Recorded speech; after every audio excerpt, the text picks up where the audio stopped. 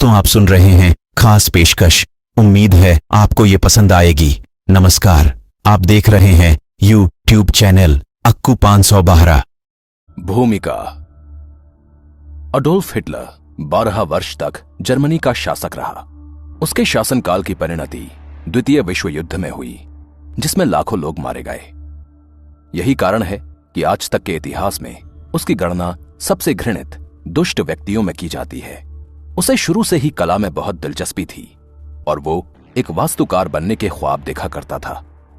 युवा Adolf Hitler ने इस तरह अनेक वर्ष वियना में बिताए।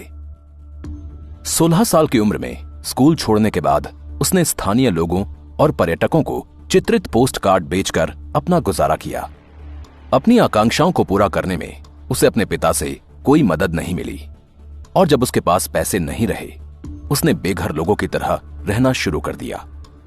कुछ ऐसे प्रमाण मिले हैं जिनसे पता चलता है कि अनाथ आश्रम में रहने के दौरान उसे बहुत हद तक सामी जाति के विरुद्ध पक्षपात का सामना करना पड़ा, क्योंकि शहर में यहूदी समुदाय के लोगों की बहुतायत थी। इससे उसे अपनी विचारधारा बनाने में मदद मिली। हिटलर सन 1913 में म्यूनिख, जर्मनी गया और वहां की कला एवं वास्तुशिल्प ने उसे मोहित कर दिया। तथापि अपनी सौंदर्य विषयक क्षुधा को तुष्ट करने के साथ ही उसने प्रथम विश्व युद्ध में बवेरियन सेना में नौकरी की और लुडविग तृतीय के अधीन फ्रांस तथा बेल्जियम में सेवा की।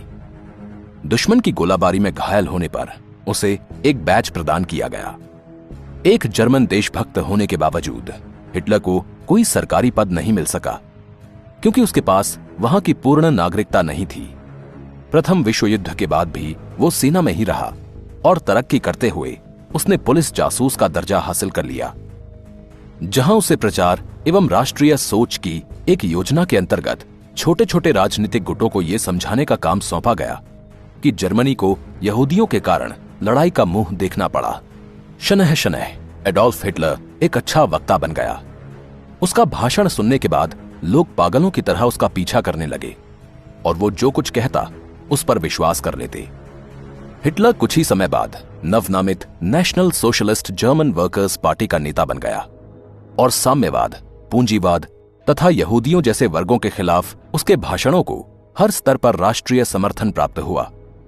हिटलर ने अपने अल्पकालिक कारावास के दौरान अपनी आत्मकथा मैन कैम्फ लिखवाई, जिसमें उसने बताया है कि जब वो कलाकार के रूप में प्रगति कर रहा था तो उसे किन किन परेशानियों से जूझना पड़ा, उसकी कला का किस तरह गलत अर्थ लगाया गया और कैसे उसकी राजनीतिक धारणाओं ने रूप लिया। इसके प्रकाशन से हिटलर को लाखों की कमाई हुई और दूसरे विश्व युद्ध तक तो जर्मनी में इसका पढ़ना लाजमी हो गया। संयुक्त राज्य अमेरिका और विश्व के अन्य भागों में आई महामंदी के कारण जर्मनी भी आर्थिक कठिनाइयों के घेरे में आ गया। हिटलर ने निम्न और मध्य वर्गों के बीच की दूरी को मिटाकर उन्हें एक ही स्तर पर लाने में पर्याप्त सफलता पाई, क्योंकि उसे आशा थी कि ऐसा करके वो जर्मनी को उसका पिछला गौरव वापस दिला सकेगा। उसकी पार्टी ने उसे एक पद सौंप दिया जिससे कि उसे जर्मन नागरिकता मिल जाए। फिर उसने अध्यक्ष पद के लिए चुनाव लड़ा। हिटलर को चांसलर यानी कि शासनाध्यक्ष के रूप में शपथ दिलाई गई और उसकी नाजी पार्टी ने बहुत से सरकारी कार्यालयों पर तत्काल कब्जा जमा लिया। अंततः अनेक पार्टियों की पूरी मदद से हिटलर ने तानाशाह की गद्दी प्राप्त कर ली। उसने सेना को अपने नियंत्रण में ले लिया, जिस पर पहले किसी का अधिकार नहीं था।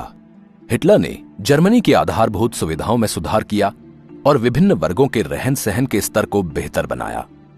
उसने अन्य यूरोपीय देशों को अपने अधीन करने और उसकी प्रगति के मार्ग में आने वाली किसी भी बाधा, विशेषकर यहूदियों को नेस्तनाबूद करने का अभियान छेड़ दिया। हिटलर ने जब पोलैंड पर हमला किया, किसी भी दूसरे देश ने उसे रोकने के लिए कोई खास कोशिश नहीं की। फ्रांस ने युद्ध की घोषणा तब की जब हिटलर नीदरलैंड पर आक्रमण कर चुका था, लेकिन तब तक बहुत देर हो चुकी थी और फ्रांस को शिकस्त खाने में जरा भी देर नहीं लगी। हिटलर ने फिर जापान का साथ देते हुए अमेरिका पर हमले की घोषणा कर दी और इस तरह दूसरे विश्व युद्ध के लिए जमीन तैयार हो गई। वर्ष 1939 और 1945 के बीच हिटलर की हार होने तक उसने और हेनरिच हिमलर ने मिलकर 1 करोड़ 10 लाख लोगों को जान से मरवा दिया, जिनमें 60 लाख से अधिक यहूदी थे। इसे सर्वनाश कहा गया है।